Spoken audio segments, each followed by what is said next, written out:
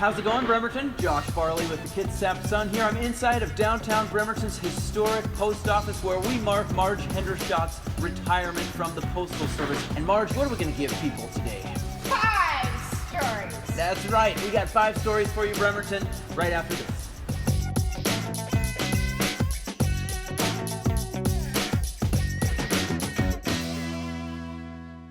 Welcome back to this edition of the Bremerton Beat Blast, sponsored by the Admiral Theater. Story number 1 today is about Marj Hendershot. Marj has spent 40 of her 62 years on the planet Earth at the United States Postal Service. And since 2011, she's worked in the downtown Bremerton branch, but she's retiring on March 31st. Marj was well known throughout the community, not only for her impeccable customer service, but also an inimitable cackle. They know I'm here. Yes. Oh. There you go. It just flows. It just comes out of my mouth.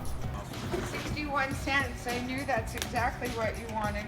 You come to work, you give a good day's work for a good day's pay. And you can either do it grouchy or you can come in and love it. Now, I've been blessed. I mean, look at my little people that wobble around me. And they've all been given to me. I haven't seen you in a while. How have you been? The people, I think, feel that when they come here, it's by name. They feel comfortable. It's something that you don't see a lot in a lot of businesses anymore. Yeah, you know, I thought you guys were really steak-worthy. My choice is just to love every day.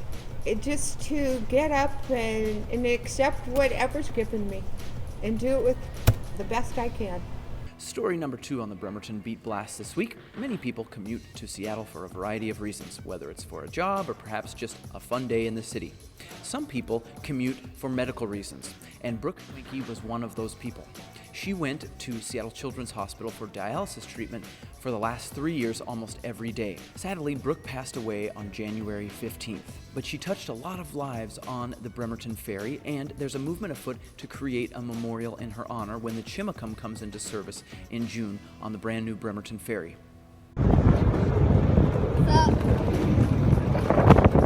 She introduced herself. She wasn't shy. No. Yeah, and she just managed to accumulate a lot of friends on the boat and connected a lot of us. She had a wide network.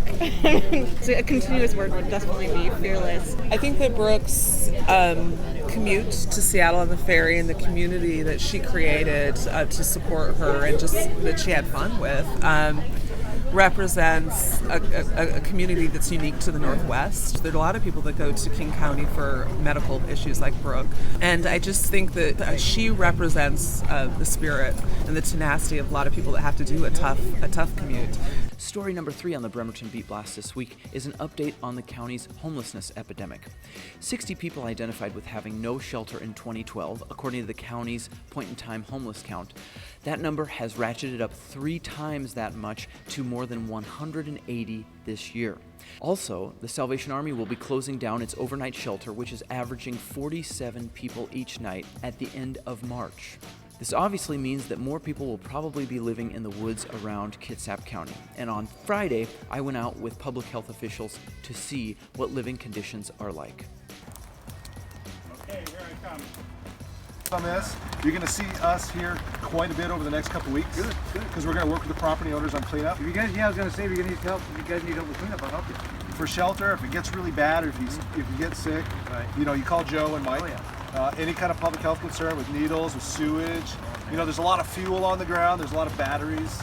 A lot of batteries everywhere. So I've got a concern about where people are going to the bathroom. Story number 4 on the Bremerton Beat Blast this week. You know that Bremerton has many vacant commercial buildings. Well, artist Carla Gran wants to change that, at least by putting some art in them.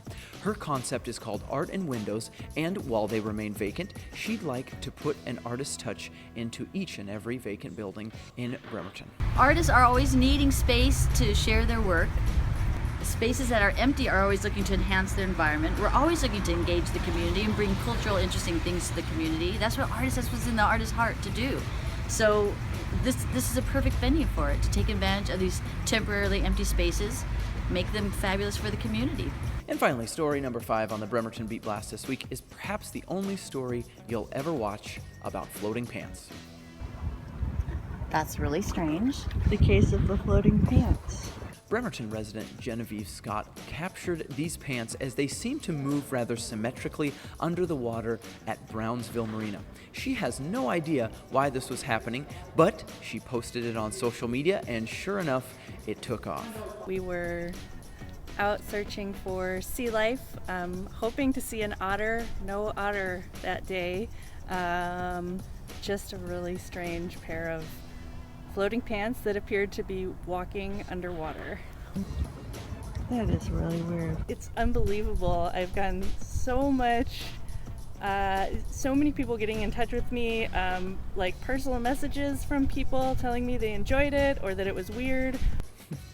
That's going to do it for this edition of the Bremerton Beat Blast. One more thing, this incredible mural right behind me was done by Ernest Nordling in 1938 as part of the Works Progress Administration under President Roosevelt's New Deal programs. But do you have a great photo of this mural? I'm looking for the best photo that I can possibly find.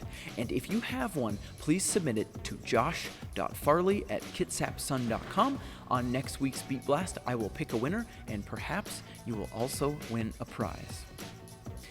I hope you have a great rest of your week, and we'll see you again next Tuesday.